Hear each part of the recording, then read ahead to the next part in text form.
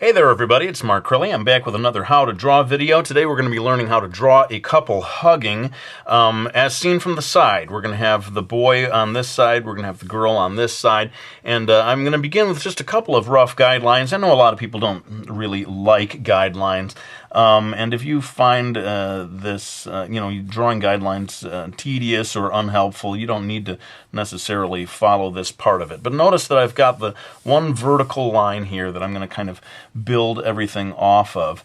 And I'm starting with a roughly triangular shape that comes up here. This is going to be his shoulder and upper arm, which he's got around her shoulder. Now, pay attention to the shape here, the sort of width of it, and all of these different aspects of it, because the more accurately you are able to replicate this, the more accurate all the proportions will be for everything else.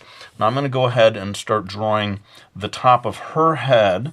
She's leaning her head against his shoulder.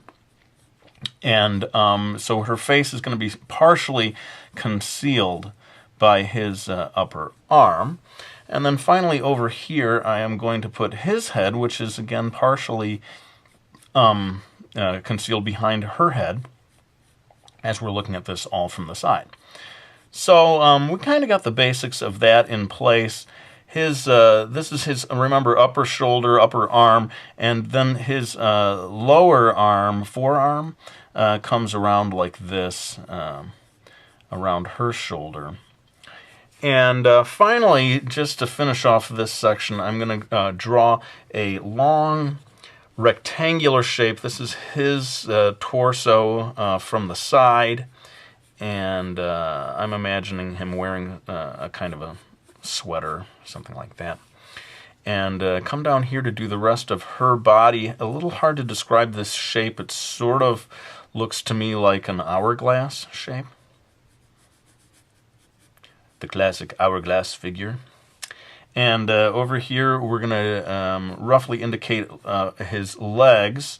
Pay attention to the sliver of this space here. You know, that'll help you get this accurate. There's a little sliver of negative space there where his the one line of his leg is going to go, and then coming down here like so. I'm not getting into too many of the details, but let's go ahead and draw her skirt. I'm going to put it out like this.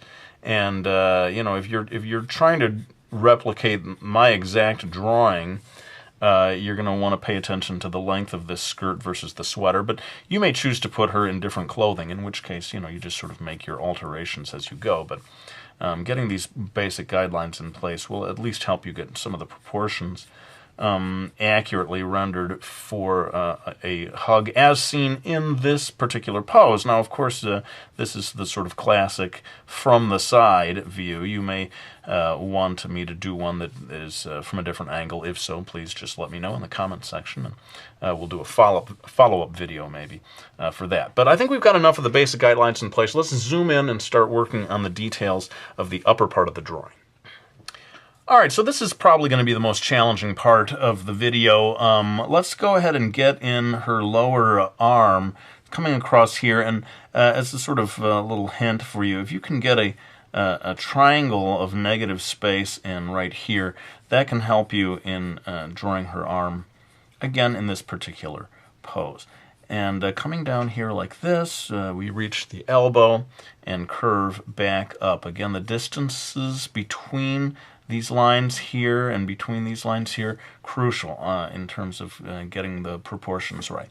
And then this comes across, she's putting her hand up onto his shoulder. Of course, there's lots of different ways of hugging, but I had to choose one, and I should say that I based this on some photo reference that I saw so as to try to be reasonably accurate. And so this is her hand coming up and resting on his shoulder. So we got that in place, and we can start to work more on the details of her face. Now, I'm giving her a particular hairstyle. Of course, if you're drawing your own character, she may have different hair, and so you would draw this in a different way. But the eye, hopefully, will be in the same place if you want to go with this pose that I'm doing here. And notice that first vertical line and that shape of his upper arm gives you a pretty good guide for where to place her eye. There's something about this pose that looks like it is not a cheerful hug. It seems like a goodbye hug, a sort of tragic, sad hug. I've given her eyebrow just a little bit of that indication of sadness there. Over here, this is really quite tricky. Focus on this if you can. If you've got this arm in the same proportions there, I'm going to put in his the bottom of his nose, which lines up a little bit with that eyebrow. That might help in terms of placing that line. But we're drawing his nose and just a part of his face in profile here. Quite tricky. I find this kind of thing very tricky to render accurately every time. And then we're going to see his eye from the side. Again, I see this as sort of a sad farewell hug, so I'm again giving him this eyebrow just a little bit of a look of sadness there. And I'm going to quickly indicate lines for the hair. Sort of trying to redraw this as I go on the fly, because I think it's maybe not as accurate to where his head ought to be as I wanted. But there you go. We got sort of that, and later on we're going to get into the wrinkles of the clothing, but I think I'll just sort of leave it for now. Suffice to say that the folds get kind of pulled in this sort of a direction. At least that's the way it was in the photograph that I was looking at. And I'm going to give her a sleeve. She's wearing one of these classic sailor suits. I always love to do that. If you saw Miki Falls, my manga series, she is a Japanese high school student, and so she's always got that sort of classic sailor suit type uniform on. I'm putting his hand right here. You're not going to see all of his hand. You're just seeing sort of the pinky and one or two of the other fingers as he's reaching his hand around to complete the hug. And some wrinkles maybe right here where her clothing is being pulled up against his sweater. I sort of see him as wearing a sweater here, and I'm going to go ahead and indicate some lines here of his the cloth being pulled up. Both of them sort of the cloth being pulled up this way, probably related to the arms being raised that creates that kind of effect. So I think we got the basic details of this in place. Let's go ahead and move down to draw the lower sections of their bodies. All right, well, I'm going to move through this a lot more quickly. I think when people ask for video on people hugging, it's mainly that upper section where the arms are going around one another's bodies. That's the tricky part, and they're not necessarily wanting to see how the legs look. But in this particular pose, you're going to get some wrinkles at the knee. Actually, in almost any pose, when you're wondering about clothing folds in pants, you tend to get wrinkles and folds around the knee. I'm doing an upper area of her socks.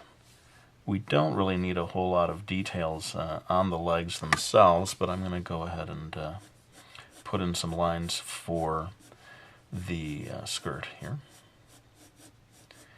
And that is pretty much going to do it for that. I want to make sure I don't completely fly through all of this in time-lapse, as I sometimes do. So let's try to move on and get the black Prismacolor out to do some of this in real time as I finish off the drawing. All right, so I decided actually to stay zoomed in here on the upper section because, I think that's mainly what people, when they want a video on how to draw a hug, it's this upper section that is what's giving them problems. I think it's the contrast between this week and last week is so funny because last week I was doing Gundam robots with giant shields and rifles. This week we're doing hugs. Hey friends, we're learning how to draw hugs because hugs make you feel nice. So we definitely get lots of contrast here at youtube.com/Mark Riley, your one-stop shopping network for how to draw videos. But it is sort of funny as you go from one topic to the other. You're covering the full range of what people want to learn how to draw. And please continue to give me your suggestions for the kinds of videos you want to see. So you can see me going in with this black Prismacolor to do final line work here, trying whenever possible to cover the initial lines with a single, whoops, there's that breaking Prismacolor. That's the one downside of this thing. They do tend to break sometimes. And if you look carefully at Miki Falls, you'll probably be able to find some instances of little dots like that where it's shattered. I don't know the solution, people. Maybe just to use an inking pen instead of the black colored Prismacolor. Why do I use a colored pencil for inking? It doesn't make sense. I like the look of it, though. And there is something just a little more forgiving somehow about a pencil, whereas the ink, there's just the finality. Of course, if you are trying to do something for publication, you would want to be using ink by and large. Although, again, Miki Falls was done using colored pencils, so it's not impossible to get something published if you prefer the colored pencil look. In any case, I probably should do more videos in which I'm inking rather than using the black Prismacolor. So yeah, keep your eye out for that in the weeks and months and years ahead. We are coming up on 500,000 subscribers. Can you believe that, people? I'm going to have to do some sort of video acknowledging that. I have not come up with an idea for it yet. Please give me your suggestions. Just don't make it anything too ambitious, because I don't have time to do an incredible video at this stage. So I'm putting in the wrinkles of his upper arm here, and you get quite a number of them right here around the elbow. And you know, this is the kind of thing that without photo reference you wouldn't necessarily know where do the folds occur. So I highly advise, if you're ever stuck on drawing clothing folds, see if you can find, just by searching on the internet, Google image search is the one that I use a lot, to just help yourself out to see where do the wrinkles actually occur in real life. People have this idea that artists have got all this stuff just all filed away in their brains and they can just draw anything they want completely from memory. And there may be such artists. I am certainly not one of them. I can't draw things accurately, you know, in a realistic way without getting a look at some photo reference to show me what happens in real life. And I know I'm not alone in that regard. Professional artists turn to reference all the time. Part of the job. Is one of your tools. So I think I've got the basics of the final line work here. I'm going to pull back and just do all the rest of it in time-lapse to keep this video at a reasonable length, and then I'll be back to give you some final words of advice.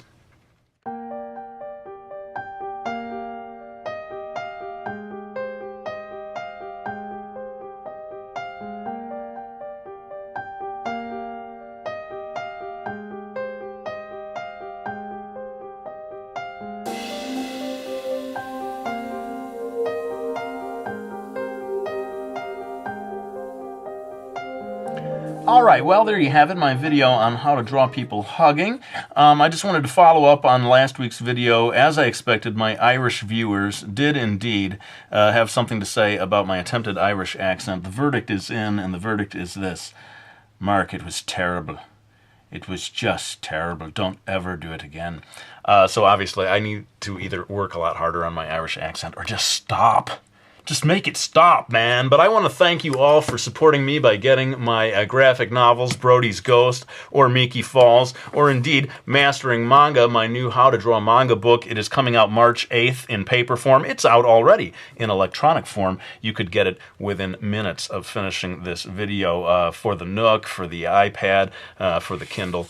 Thank you so much in advance for all of your support, subscribing, leaving comments, doing all that you do to spread the word about my videos. I do greatly appreciate it. I'm going to go ahead, though, and lay down the pencil. I want to thank you all for watching this video. I hope you found it useful, and I'll be back with another one. real soon.